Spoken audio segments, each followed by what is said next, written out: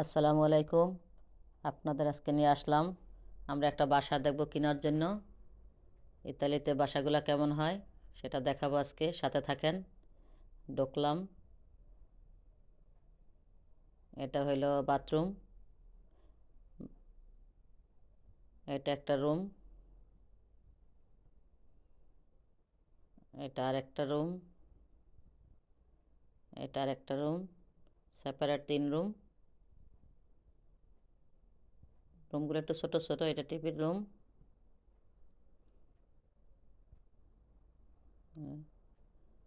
বারান্দা আছে।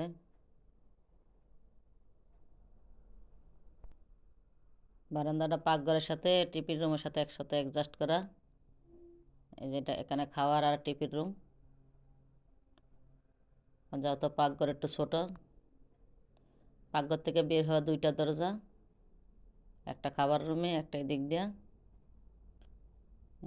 পাকঘরটা ছোট, আমারটা থেকে অনেক ছোট।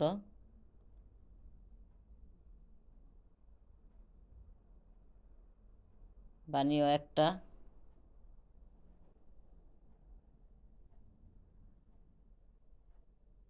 এই যে যেই লোক দেখায় সেই লোক জানালা উঠাইতেছে, এজেন্সির লোক। আমাকে একজনে কল সেন্টার দেখে পানি ঠিক আছে কিনা। রুমগুলো একটার সাথে একটা লাগানো লাগানো।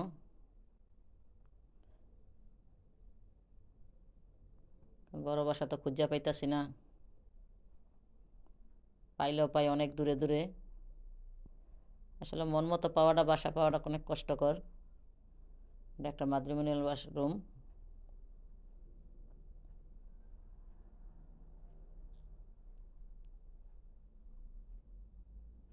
একটা আলমারি খাট আছে। এই পাশে একটা রুম, এটার মধ্যে একটা আলমারি আছে, খাট আছে, বড় আলমারি।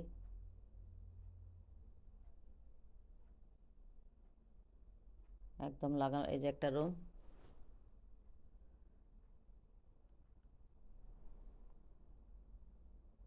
এটার মধ্যে বড় একটা আলমারি।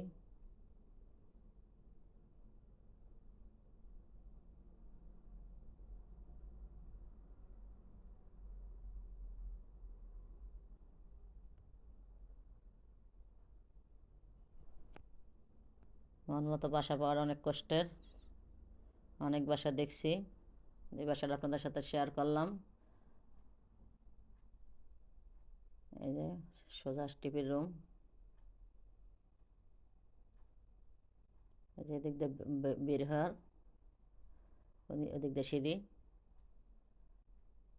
এটা টিভির রুম, খাওয়ার রুম একসাথে। পাকঘর, পাকঘরের ওদিক দিয়ে বারান্দা যাওয়ার একটা দরজা আছে। পাকঘরটা অনেক ছোট। কেমন হয়েছে জানাইবেন। সাথে থাকার জন্য ধন্যবাদ। আল্লাহ হাফেজ।